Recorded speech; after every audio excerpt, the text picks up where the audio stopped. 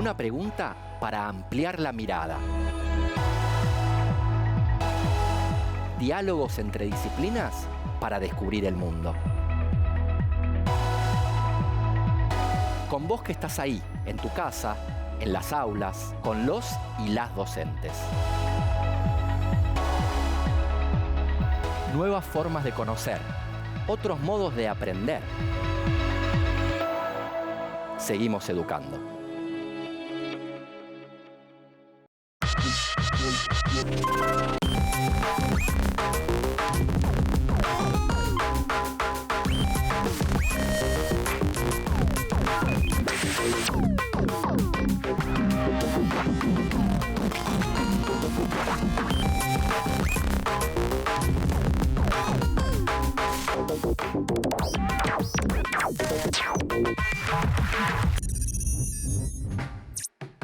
Hola, soy Andrés y hoy junto a Lucas, profesor de matemática, y Lautaro, profesor de química, nos preguntamos: ¿la energía nuclear es la peor de las villanas?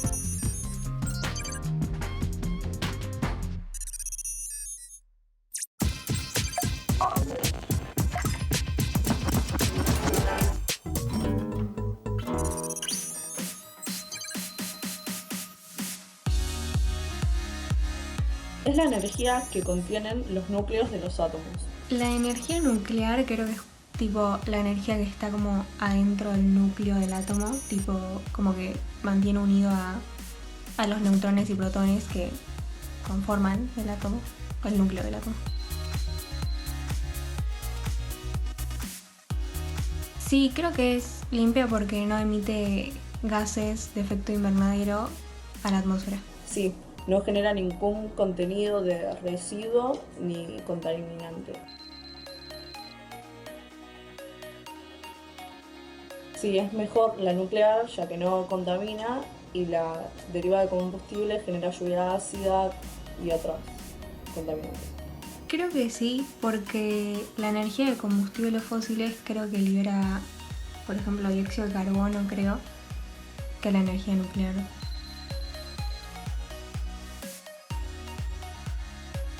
Sí, en Ucrania explotó una central nuclear y dejó radiación en todo el lugar.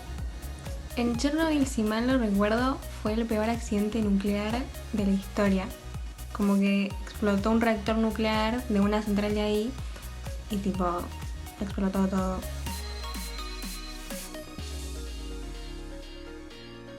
Sí, en Argentina hay 3 plantas nucleares y la primera fue una Argentina, planta nuclear, en toda América Latina. Sí, en Argentina hay 3 plantas nucleares en total.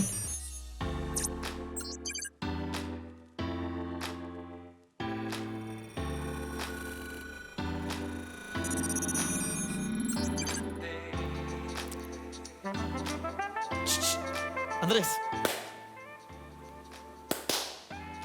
¡Ey, no me apague la luz que estoy leyendo! Justo es la parte más importante, cuando el héroe iba a atrapar al villano.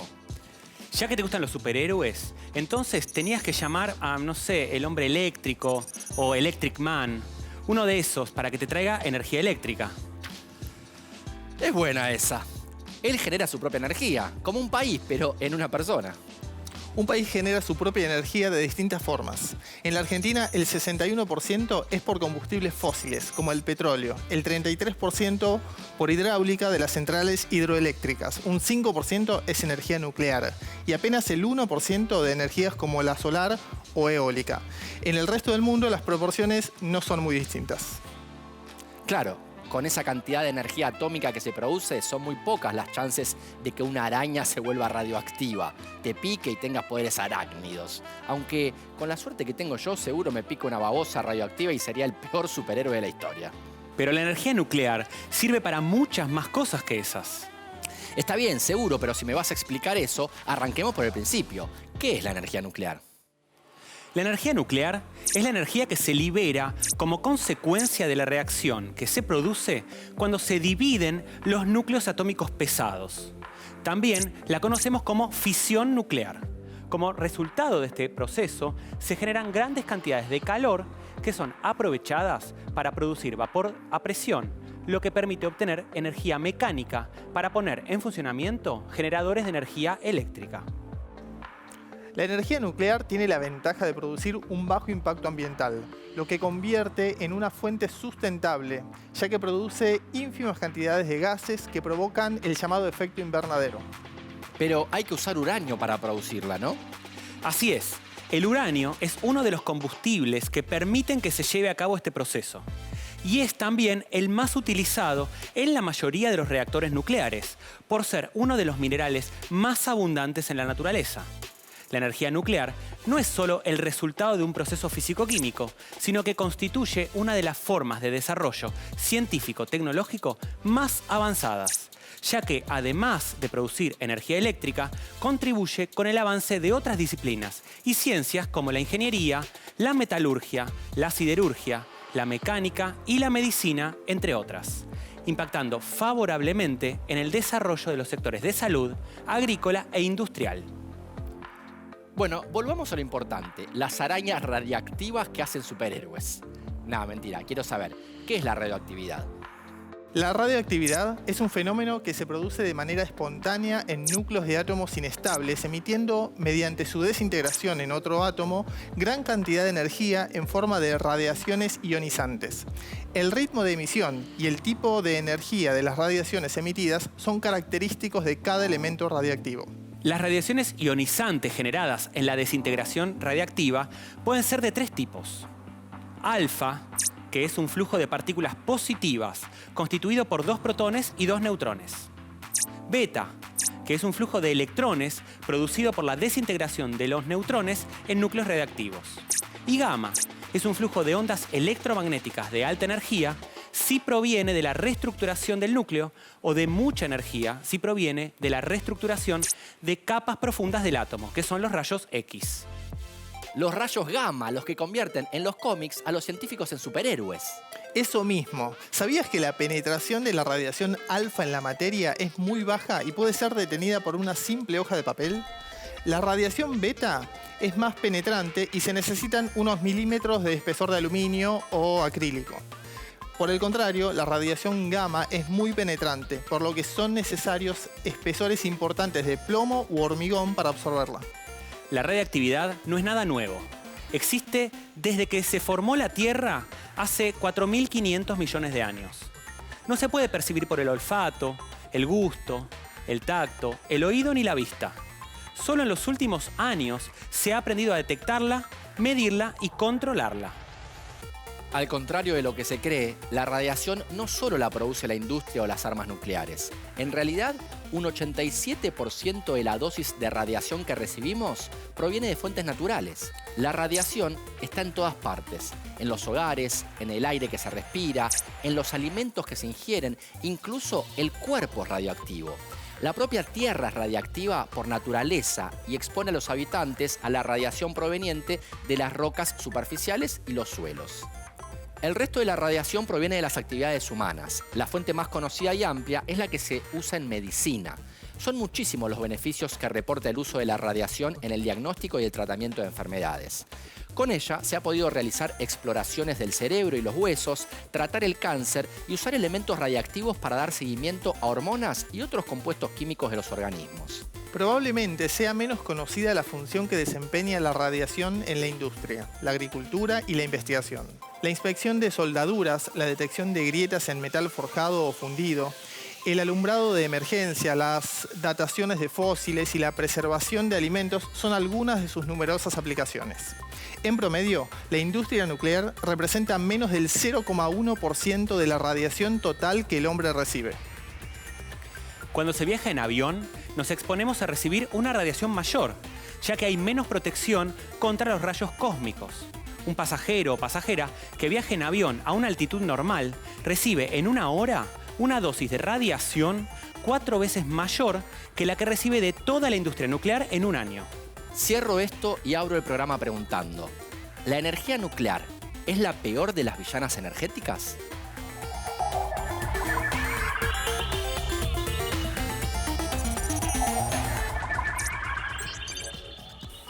Poco después de que se descubrieran los rayos X, en 1895, Antoine Henri Becquerel trató de demostrar la relación entre los rayos X y la fosforescencia de las sales de uranio. En uno de sus experimentos envolvió una placa fotográfica en papel negro, colocó una muestra de sal de uranio sobre ella y la expuso a la luz solar. Al revelar la placa, apareció que los rayos emitidos por la sal habían penetrado a través del papel. Tiempo después, Becquerel se preparaba para repetir el experimento, pero como la luz solar era intermitente, guardó todo en un cajón. Días después, reveló la placa esperando encontrarla solo débilmente afectada, pero se asombró al observar una imagen intensa en ella. Repitió el experimento en la oscuridad total y obtuvo los mismos resultados, probando que la sal de uranio emitía rayos que afectaban la emulsión fotográfica, sin necesidad de ser expuesta a la luz solar. De este modo, fue que Becquerel descubrió la radiactividad, aunque fue Marie Curie, 2 años después, en 1898, quien dio a este fenómeno el nombre. Antes le dirían rayitos luminosos que salían de la sal de uranio, o algo así, no sabemos. Pero volvamos, la radiactividad es la emisión espontánea de partículas o rayos por el núcleo de un átomo. A los elementos que tienen esta propiedad se los llama radiactivos. Posteriormente, Becquerel mostró que los rayos provenientes del uranio podían ionizar el aire y también eran capaces de penetrar a través de láminas metálicas delgadas. En 1898, Marie Curie, con su esposo Pierre Curie, dirigió sus investigaciones a la radiactividad. En un corto tiempo, los Curie descubrieron 2 elementos nuevos, el polonio y el radio, ambos radiactivos. Para confirmar su trabajo sobre el radio, procesaron 1 tonelada de residuos de mineral llamado pechblenda para obtener 0,1 gramos de cloruro de radio puro, que usaron para efectuar más estudios sobre las propiedades del radio y determinar su masa atómica. También durante la Primera Guerra Mundial creó los primeros centros radiológicos para uso militar. Murió en 1934, a los 66 años, por una anemia aplásica, causada por la exposición a la radiación de tubos de ensayo con radio que guardaba en los bolsillos y en la construcción de las unidades móviles de rayos X de la Primera Guerra Mundial.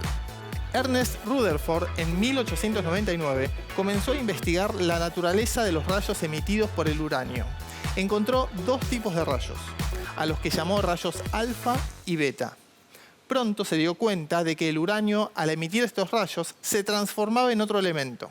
Para 1912 se conocían ya más de 30 isótopos radiactivos y hoy se conocen muchos más. Paul Billiard descubrió en 1900 los rayos gamma, un tercer tipo de rayos que emiten los materiales radioactivos y que son semejantes a los rayos X.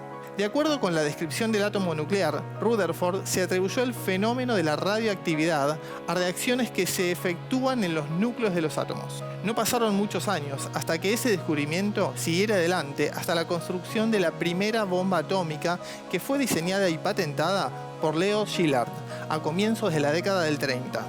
Para destacar, podemos decir que el objetivo de la patente no fue el provecho propio, sino evitar que otros pudieran fabricarla y así intentar frenar el avance de una tecnología que podría poner en riesgo al mundo. Durante la Segunda Guerra Mundial, las grandes potencias implicadas invirtieron muchos recursos en la producción de armamento con tecnología nuclear. En 1941, el Reino Unido comenzó el estudio y desarrollo de la bomba atómica, pero en diciembre de ese mismo año, el proyecto fue trasladado a Estados Unidos. Este último focalizó sus intentos en el desarrollo de un proyecto al que se denominó Proyecto Manhattan, que sería el que finalmente produciría el arma buscada. En paralelo, la Alemania nazi también realizaba sus trabajos de investigación y desarrollo en relación con armas nucleares, pero tenía algunos problemas más que sus enemigos. Entre ellos, no disponía de plutonio, la materia prima necesaria para generar la fisión nuclear. Además, el sistema científico nazi estaba muy focalizado en soluciones de cuestiones prácticas y el desarrollo de una bomba de este estilo requería avances de física teórica. A pesar de estos y otros problemas, los nazis lograron algunos avances importantes en la carrera armamentística.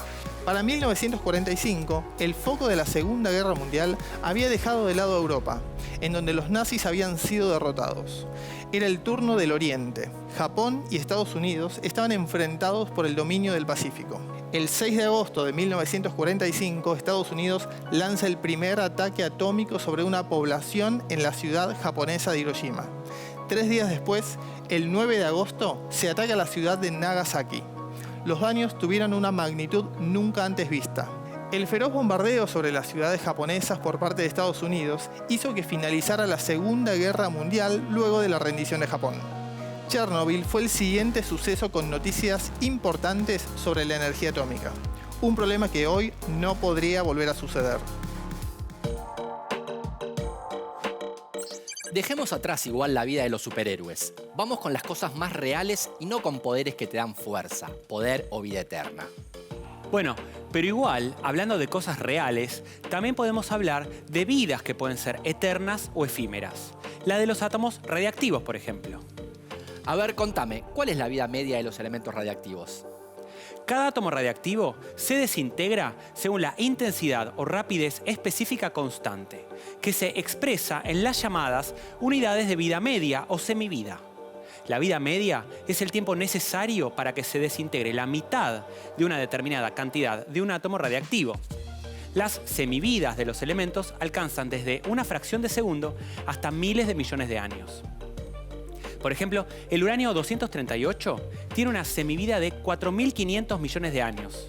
El radio 226 tiene una semivida de 1.620 años y el carbono 15 tiene una semivida de 2,4 segundos.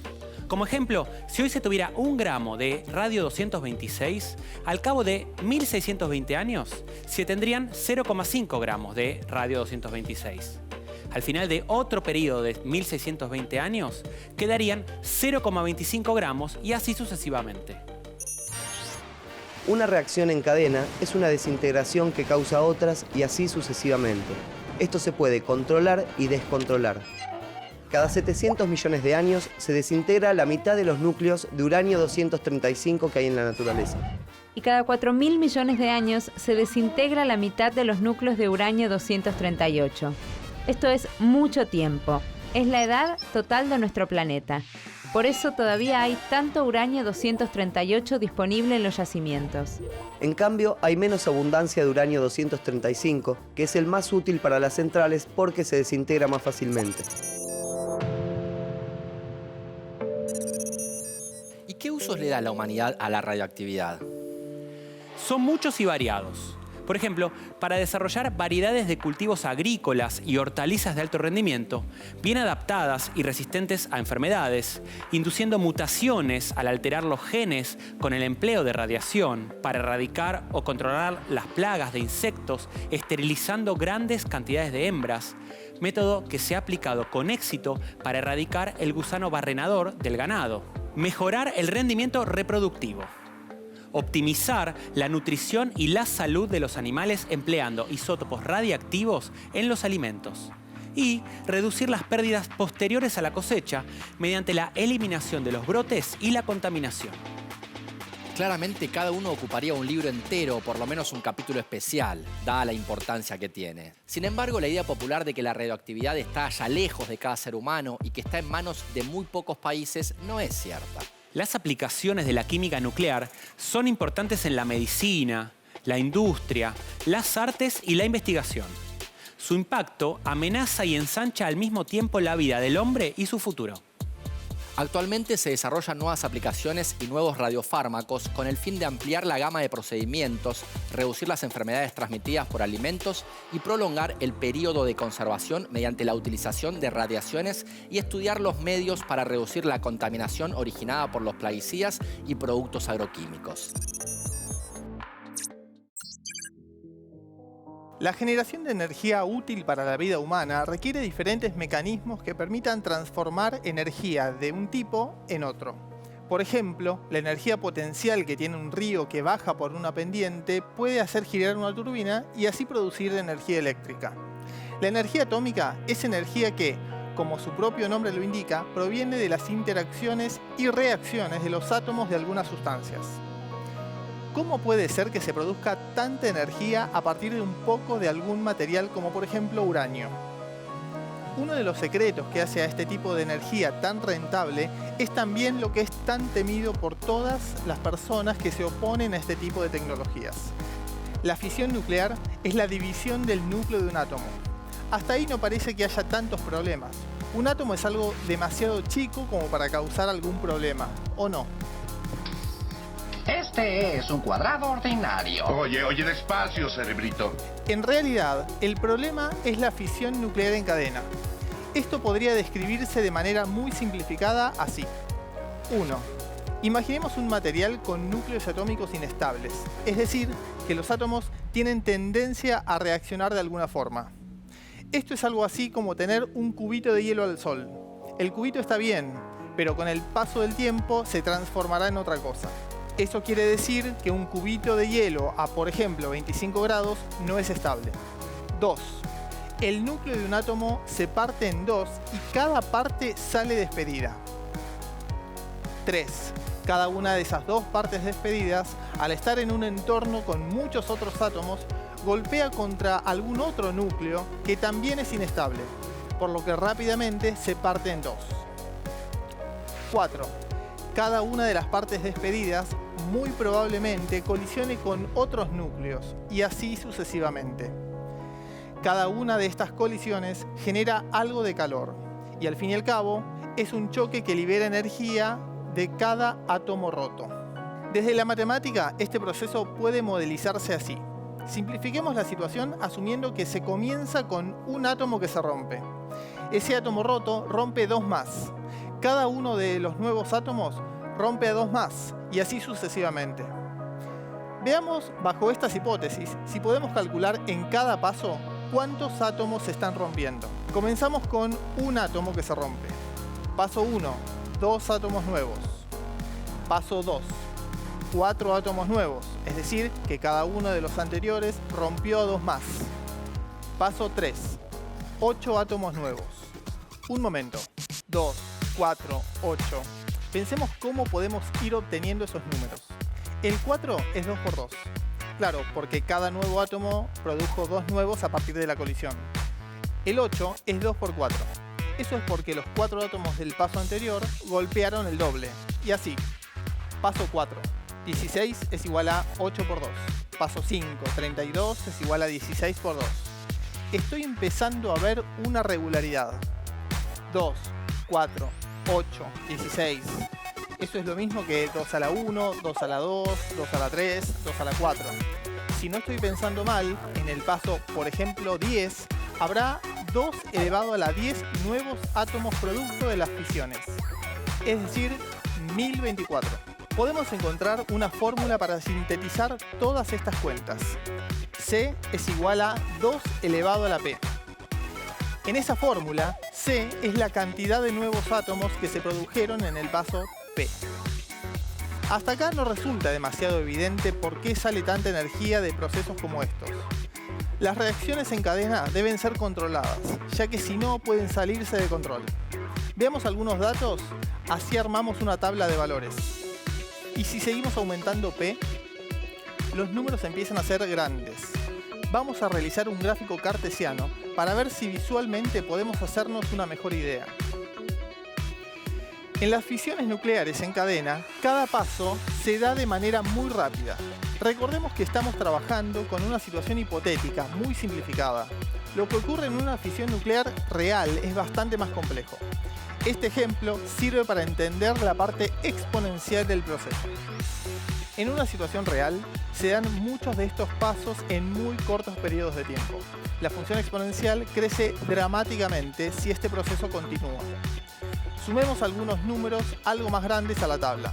En apenas 40 pasos, que en una situación real podrían darse en muy cortos periodos de tiempo, tenemos más de 1 billón de nuevos átomos. Esto es una muestra del motivo por el que es necesario tener sistemas confiables para contener las reacciones en cadena.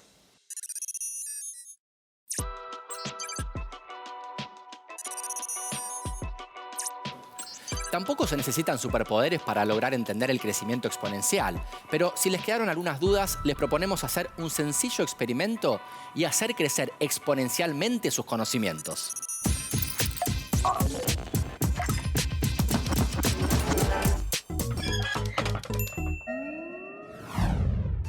Para este tutorial, la idea es entender la potencialidad de un crecimiento exponencial. Primer paso. Tomen una hoja en blanco y dibujen sobre ella líneas horizontales equiespaciadas, o sea, renglones de manera tal que la hoja quede dividida en al menos 13 o 14 partes iguales. Podés ayudarte con una regla si lo necesitas. Segundo paso. Busca en la cocina un paquete de arroz o lentejas. Eso sí, avisa en tu casa a ver si después tenés que salir corriendo a comprar más porque usaste justo las que iban a comer en la noche. Tercer paso. Vamos a colocar un grano en la primera región de la hoja. Cuarto paso, ahora vamos a duplicar la cantidad de granos de la que pusimos en la primera fila, o sea, de una pasamos a 2 y de 2 a 4 en la siguiente y luego duplicamos nuevamente llegando a 8 y así. Quinto paso, anda haciendo el cálculo de cuántos granos hay en cada región de la hoja. Ten en cuenta que cuantos más renglones completes, más granos vas a necesitar. ¿Pudiste colocar granos en todas las regiones? Si no, ¿hasta cuál llegaste? Sexto paso, trata de hacer la cuenta para saber cuántos granos habría que colocar si la hoja tuviera 35 regiones. Y podés decir, con un tutorial alto guiso me hago, amigo.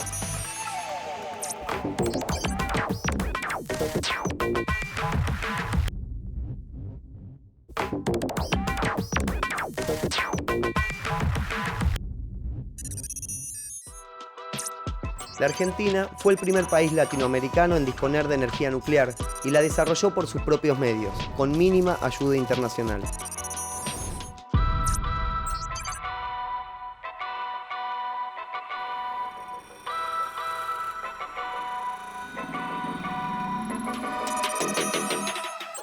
Hasta ahora aprendimos sobre la energía atómica, qué es y cómo funciona, además de reconocer un átomo y su funcionamiento en la fisión nuclear. Pero quiero que me cuenten acerca de quién y cómo se regula su uso en nuestro país. El organismo gubernamental del Estado argentino, a cargo de la investigación y el desarrollo de la energía nuclear, es la Comisión Nacional de Energía Atómica. El organismo fue creado en mayo de 1950 con la misión de desarrollar y controlar el uso de la energía nuclear con fines pacíficos en el país. Las instalaciones de la CENEA se localizan en el Centro Atómico Bariloche, de esa misma ciudad, Centro Atómico Constituyentes, en Provincia de Buenos Aires, y el Centro Atómico Ezeiza, también en la Provincia de Buenos Aires. Yo sí sé que el 31 de mayo se conmemora en todo el país el Día Nacional de la Energía Atómica por la creación de la Comisión Nacional de Energía Atómica. Todas sus actividades se enmarcan en los usos pacíficos de la energía nuclear, siguiendo los lineamientos fijados por sus políticas de calidad y ambiente, de acuerdo con las normativas de seguridad y protección radiológica establecidas por la Autoridad Regulatoria Nuclear y cumpliendo con la legislación vigente y los compromisos internacionales asumidos por nuestro país. ¿Y cuáles son las centrales nucleares que hay en nuestro país? Tenemos a Atucha 1, que aporta energía a la Argentina desde 1974 y es la primera central nuclear de América Latina. Está situada a 100 kilómetros de la ciudad autónoma de Buenos Aires, en la localidad de Lima, partido de Zárate. Actualmente cuenta con una potencia eléctrica bruta de 362 megawatts y emplea como combustible mezcla de uranio natural al 0,72% y uranio levemente enriquecido al 0,85%. La central es refrigerada y moderada con agua pesada y pertenece al tipo de reactores PHWR, reactor presurizado de agua pesada. Atucha 1 ha permitido un importante ahorro de recursos naturales con menor impacto ambiental, evitando la destrucción de la capa de ozono, el calentamiento de la atmósfera y la lluvia ácida. También existe desde hace poco Atucha 2, que es una central nucleoeléctrica con una potencia bruta de 745 megawatts, a base de uranio natural y agua pesada. Está situada en el mismo complejo que Atucha 1. El reinicio de la obra en 2006, después de estar parada durante años, representó la recuperación de técnicos y profesionales especializados, recobrando las capacidades nacionales para el diseño y la construcción de centrales nucleares de potencia en la Argentina.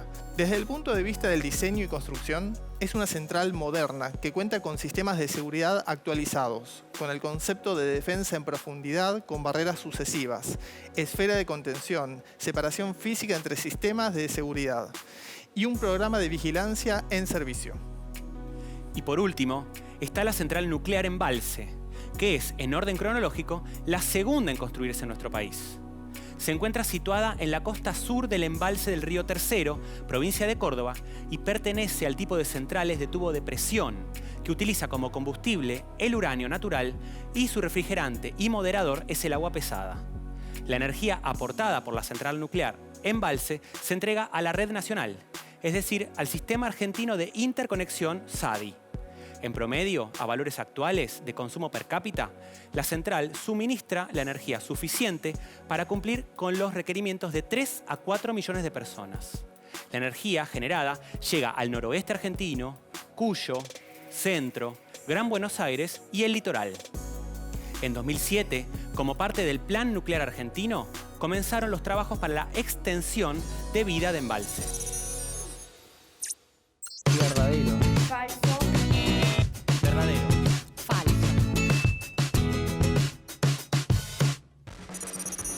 El uranio que se necesita para producir energía nuclear es caro y escaso.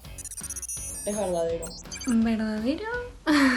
Creo que sí, porque yo había visto que tipo el uranio, como que solo un 1% del uranio que hay tipo en la naturaleza se puede usar para energía nuclear. Entonces como que si es escaso, supongo que es caro.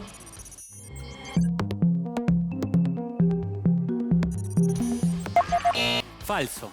El uranio necesario para producirla existe en grandes cantidades en todo el planeta.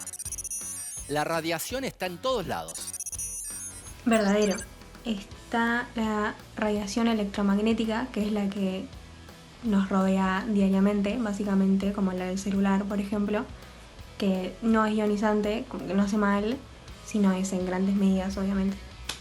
Es verdadero y la radiación se encuentra de forma natural en todas partes.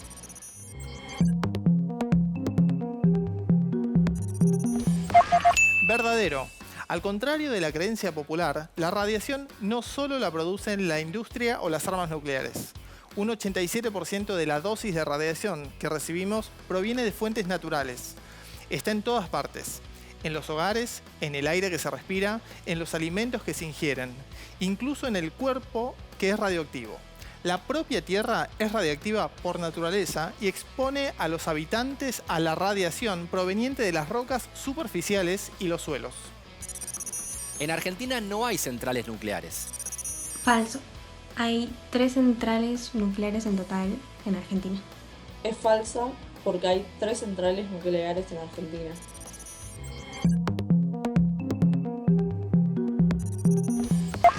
Falso. En nuestro país existen 3 centrales nucleares, Atucha 1 y 2 y la de Embalse en Córdoba. Existen alimentos que son irradiados. Verdadero. Creo que más que nada en las frutas y verduras como que las esterilizan, digo, para que no tengan bacterias y esas cosas. Es verdadero porque en Estados Unidos aprobaron varios alimentos para ser irradiados.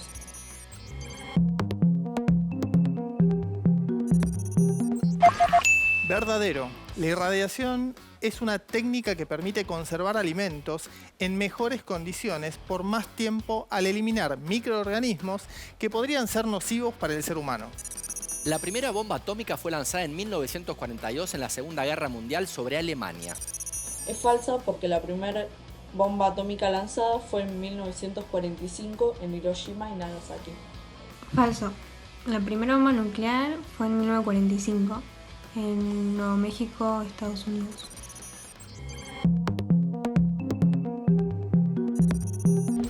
Falso.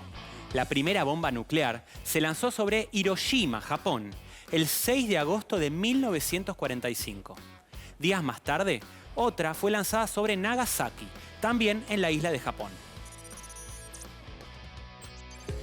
Esta última pregunta del verdadero o falso me dejó algunos interrogantes. Primero pregunto, ¿qué es una bomba atómica? ¿Cómo funciona? Una bomba atómica es un dispositivo que obtiene una gran cantidad de energía explosiva por medio de reacciones nucleares.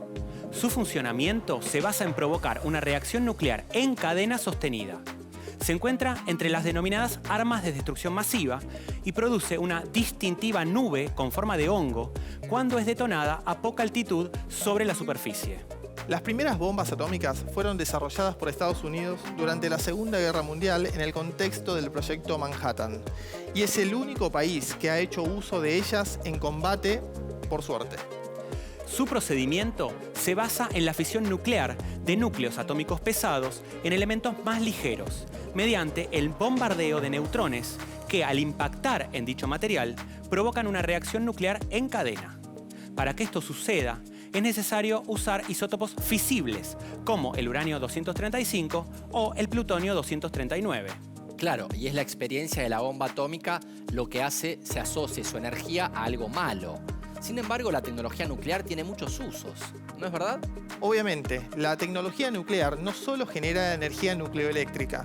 La investigación y el desarrollo de aplicaciones con fines pacíficos se desarrolla en campos tan variados como el agro, la industria y la medicina, lo que permitió dar asistencia a diversos sectores de la economía y contribuir también al desarrollo de la infraestructura y el empleo. La planta de irradiación semi-industrial que posee la Comisión Nacional de Energía Atómica, localizada en el Centro Atómico Ezeiza, brinda servicios de irradiación de productos y materias primas en escala industrial y preindustrial, utilizando radiación gamma, proveniente de fuentes producidas localmente, con el objetivo de inhibir la brotación de las papas, eliminar microorganismos causantes de enfermedades, prolongar la vida útil, desinsectar, descontaminar y radioesterilizar, entre otros usos. En este sentido, dentro de los principales objetos a irradiar se encuentran productos de uso médico, alimentos, banco de tejidos, productos odontológicos y farmacéuticos, cosméticos, material apícola y papel, entre otros.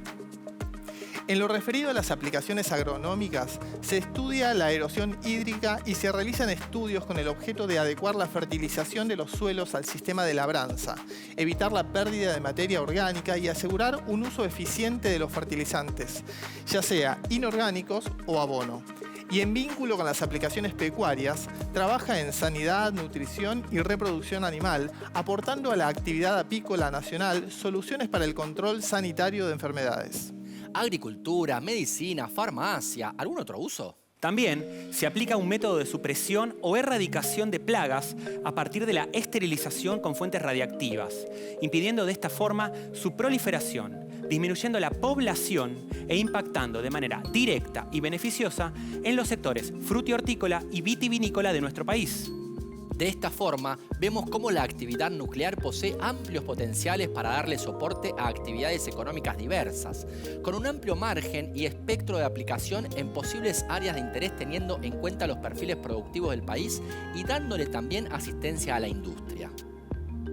La industria nacional ha sido un pilar de la actividad nuclear en nuestro país.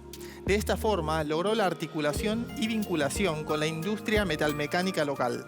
De esta forma, se han brindado servicios de asistencia tecnológica con transferencia de conocimiento a empresas de diversos sectores, tales como el farmacéutico, agropecuario, petrolero, químico, energético, pesquero, industria láctea, automotriz, industrias plásticas, metalúrgico, alimentos, hospitales y centros de salud, textil, agroquímicos y transporte. ¿Y la medicina nuclear? Hay cosas reales que se hacen más allá de arañas radiactivas y hombres superfuertes.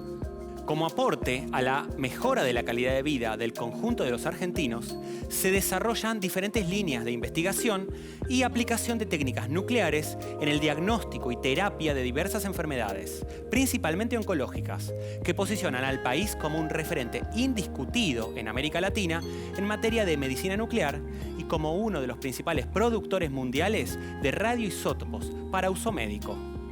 Argentina promovió la creación de infraestructura destinada a la investigación y tratamiento de pacientes por medio de técnicas nucleares.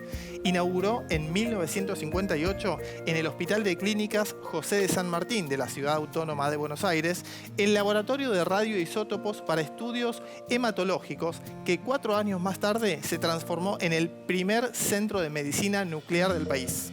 A partir de entonces, el desarrollo científico en el campo de la medicina nuclear se expandió por todo el territorio, creando una compleja red de instituciones, tanto públicas como privadas, conformada por centros y escuelas de medicina nuclear, centros de radioterapia, centros de cobaltoterapia, centros de braquiterapia, aceleradores lineales y laboratorios de radioinmunoensayos. Estas condiciones han posibilitado el incremento y perfeccionamiento de instrumentos nacionales de planificación de políticas públicas. Así, se ha extendido el acceso al diagnóstico y tratamiento de enfermedades a partir de técnicas e insumos desarrollados localmente, lo que le permitió a la Argentina ubicarse a la vanguardia de la producción de radioisótopos que cubre tanto la demanda interna como la de gran parte de los países de la región y el mundo.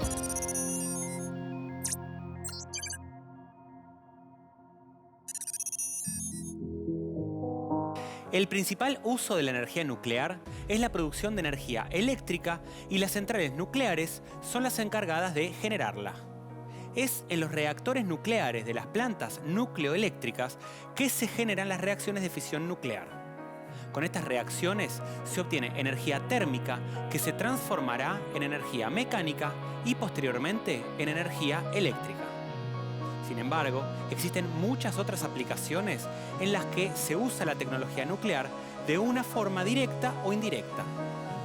Trabajando con diferentes isótopos de un mismo elemento, se puede utilizar para otras aplicaciones en diversos campos. Generación de electricidad.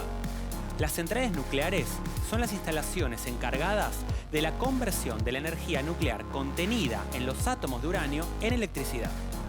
El proceso para obtener esta conversión es el resultado de un proceso termodinámico y mecánico. En un primer momento, el reactor nuclear genera reacciones de fisión nuclear que emiten una gran cantidad de energía térmica. Con toda esta energía calorífica se obtiene vapor a alta presión. Este, gracias a su elevada presión, acciona las turbinas de vapor de la central. De este modo, se obtiene energía mecánica, energía de rotación de un eje. Finalmente, el generador eléctrico convertirá la energía cinética del eje en energía eléctrica. Aplicaciones industriales de la tecnología nuclear. La tecnología nuclear adquiere una gran importancia en el sector industrial. Concretamente, se utiliza en el desarrollo y mejora de los procesos para las mediciones, la automatización y el control de calidad. Se utiliza como requisito previo para la completa automatización de las líneas de producción de alta velocidad y se aplica a la investigación de procesos, la mezcla, el mantenimiento y el estudio del desgaste y corrosión de instalaciones y maquinaria. La tecnología nuclear también se utiliza en la fabricación de plásticos y en la esterilización de productos de un solo uso. Aplicaciones militares y armas nucleares. Un arma es un instrumento utilizado para atacar o defenderse. El origen del desarrollo de la energía nuclear se produjo durante la Segunda Guerra Mundial con objetivos bélicos. Dependiendo del rol que tenga la tecnología nuclear en el arma, se diferencian dos tipos de armas nucleares. Armas nucleares que utilizan la energía nuclear para explotar, como sería el caso de la bomba atómica, o aplicaciones que utilizan la energía nuclear para propulsarse. En esta segunda categoría se incluyen los cruceros, portaaviones y submarinos. Aplicaciones ambientales de la tecnología nuclear. La aplicación de isótopos permite determinar las cantidades exactas de las sustancias contaminantes y lugares en que se presentan, así como sus causas. Además, el tratamiento con haces de electrones permite reducir las consecuencias ambientales y sanitarias del empleo a gran escala de combustibles fósiles y contribuye de manera más efectiva que otras técnicas a resolver problemas como el efecto invernadero y la lluvia ácida.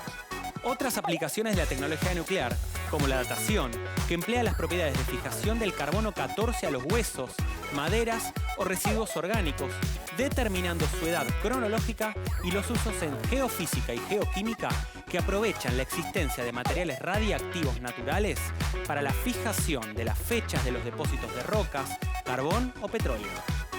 Otras aplicaciones de la tecnología nuclear se producen en disciplinas como la hidrología, la minería o la industria espacial. ¿Qué se realiza en la Argentina? Irradiación de alimentos. Al igual que la pasteurización o la refrigeración, la irradiación es una técnica que permite conservar los alimentos en mejores condiciones por más tiempo al eliminar microorganismos que podrían ser nocivos para el ser humano. Es segura y adecuada y permite la disminución del riesgo de contraer enfermedades de transmisión alimentaria sin la introducción de sustancias químicas que modifiquen las características de los alimentos.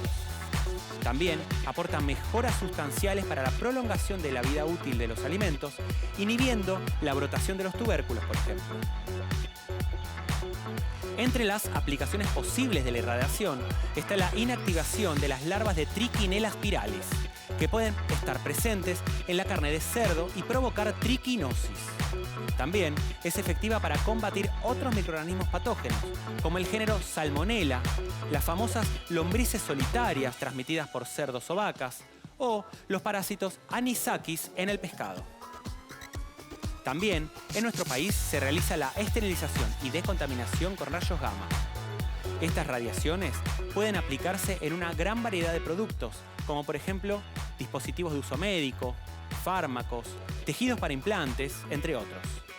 Según la dosis aplicada, puede lograrse la eliminación parcial de microorganismos, también llamado descontaminación o total cuando se habla de esterilización.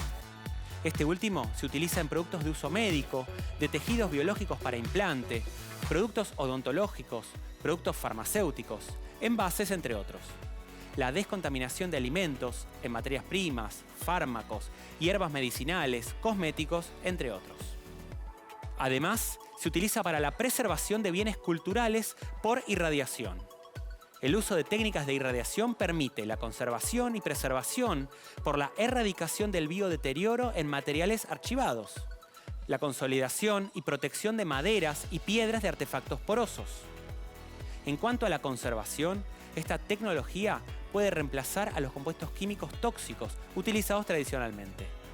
El Laboratorio de Conservación y Restauración de Colecciones en Papel de la Comisión Nacional de Energía Atómica es el primero en su tipo y tiene por objeto ofrecer servicios en tratamientos preventivos y de restauración en fondos bibliográficos y documentales, utilizando rayos gamma para el tratamiento de infecciones por hongos y bacteriológicas. Las causas del deterioro del material histórico, escrito o impreso en papel pueden ser múltiples: paso del tiempo, factores climáticos, falta de higiene, parámetros ambientales inadecuados o el ataque de microorganismos o plagas.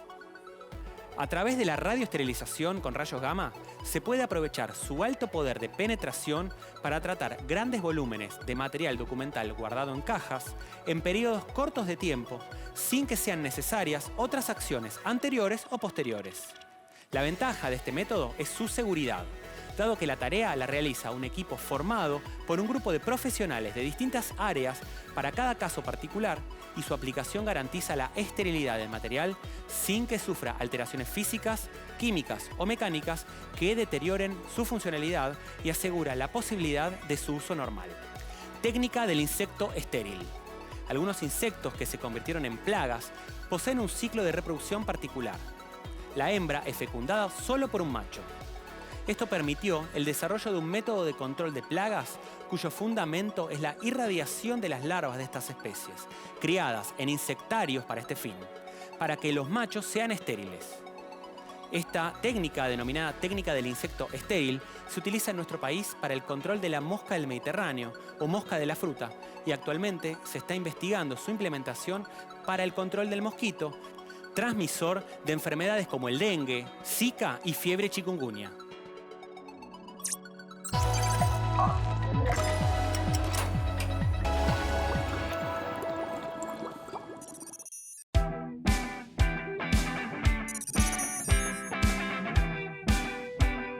Buenos días a todos, a todas.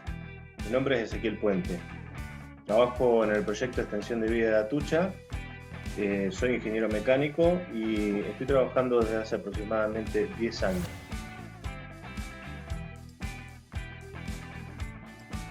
El predio es una instalación industrial donde se encuentran funcionando 2 centrales nucleares de generación eléctrica. La central nuclear Atucha 1 y la central nuclear Atucha 2. Estas 2 centrales, con la central nuclear de Embalse, pertenecen a Nucleoeléctrica Argentina, que es una empresa del Estado. Generan electricidad que se interconecta al sistema argentino y es transportada a todo el territorio nacional. De esta manera, la generación eléctrica que se produce en las centrales puede ser utilizada en hogares, comercios e industrias de todo el país.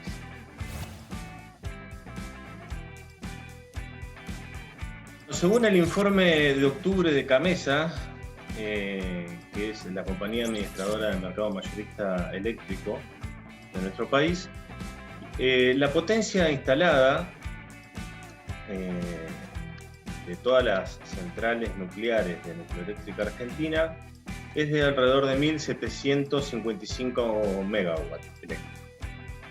Esto equivale en relación a la potencia instalada en todo el país un 4,2%. Sin embargo, dependiendo de la disponibilidad de las centrales de otras características, NASA ha logrado en abril de este año una participación del 11% en lo que es la generación, dado que en ese momento había algunas centrales que no estaban disponibles y Nucleoeléctrica Argentina pudo contar con sus 3 plantas operativas para generar energía. El primer ciclo operativo de la central nuclear de Atucha 1, según su vida original de diseño, era de 32 años a plena potencia y se cumplió en marzo de 2018.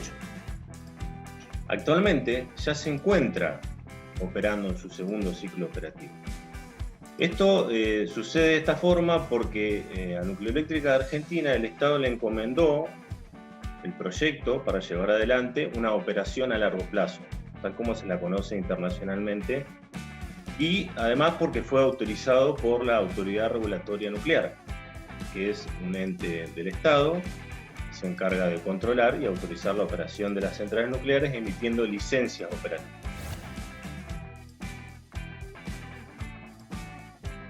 En referencia a los gases de efecto invernadero, aún existen altos niveles de generación y sin duda que eso agrava la situación conforme pasa el tiempo.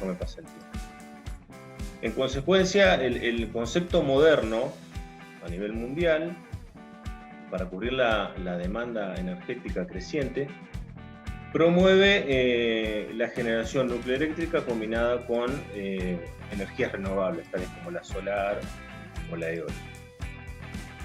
Este tipo de energías claramente generan mucho menor cantidad de gases de efecto invernadero. Y este es uno de los motivos por los cuales la extensión de vida de las centrales nucleares y la construcción de nuevas centrales está nuevamente en auge. Y ya que no me dejaron hablar de superhéroes en el programa porque no era el tema central, les propongo tomarse un recreo y que repasemos algunos de los personajes de ficción de las historietas y de la tele a quienes la energía nuclear les dio los poderes con los cuales se hicieron famosos. Los Cuatro Fantásticos adquirieron sus habilidades superhumanas después de que el cohete experimental diseñado por el científico Reed Richards atravesara una tormenta de radiación cósmica en su vuelo de prueba. Al aterrizar, los 4 pasajeros de la nave descubrieron que habían sido transformados y que poseían nuevas y extrañas habilidades. Estas sugieren una relación entre los poderes de cada uno de los integrantes del grupo con los antiguos 4 elementos de la naturaleza. Tierra. Ben Grimm, viejo amigo de Reed, se convierte en la cosa al transformarse su piel hasta convertirse en roca. Su fuerza y resistencia son sobrehumanas. Aire. Susan Sue Storm es la mujer invisible. Hermana de Johnny Storm y novia de Reed Richards, es la segunda al mando del equipo. Puede volverse invisible y crear campos de fuerza. Agua. Reed Richards, un genio científico multimillonario y líder del grupo, desarrolla una elasticidad extraordinaria que le permite estirar y deformar su cuerpo a voluntad. A partir del accidente es conocido como el Señor Elástico. Fuego. Johnny Storm, el hermano de Sue, puede controlar el fuego, proyectar llamas y volar. Es la antorcha humana. Hulk. El científico Robert Bruce Banner estaba probando una de sus últimas invenciones, la bomba gamma. Instantes antes de la explosión, un joven tiene la ocurrencia de ponerse a tocar la armónica en el campo de alcance de la bomba. Un atónito Bruce Banner se da cuenta y corre a salvarlo. Como verán, ya era héroe antes de serlo. Bruce empuja al chico a una zanja para protegerlo, pero cuando se va a meter él, la bomba explota y la radiación le da de lleno y esta se queda para siempre en el cuerpo de Bruce Banner. A partir de ese momento, Hulk ya existe y estará siempre, pase lo que pase, en Bruce. Hulk está dotado de super fuerza, es capaz de dar saltos de cientos de metros, aguantar la respiración debajo del agua y en el espacio. Su cuerpo, dependiendo de las necesidades, puede mutar para adaptarse a las situaciones nuevas y aguantar el disparo de un misil en su pecho. El hombre araña, una araña que había estado expuesta sin piedad a experimentos radiactivos, pica al estudiante Peter Parker durante una exhibición científica. Acto seguido, Peter adquiere la agilidad y fuerza proporcional a la de un arácnido, de tal manera que es capaz de adherirse a las paredes y techos. La muerte de su tío Ben, en manos de un ladrón, hace que decida combatir el crimen, siendo el primer superhéroe adolescente. El primer Flash también sufre por el famoso cliché de los accidentes en un laboratorio. En este caso, mientras experimentaba con agua pesada, que es inhalada junto a otros químicos y cae inconsciente. Luego de batallar por su vida, despierta después de semanas con nuevas habilidades como las de correr a la velocidad de la luz. El último párrafo es para un par de personajes de nuestros dibujitos animados. La hormiga atómica y el hombre radioactivo, junto a su compañero, el niño fusión de los Simpson, también nos traen recuerdos de risas y chocolatadas. No importa la edad que tengan.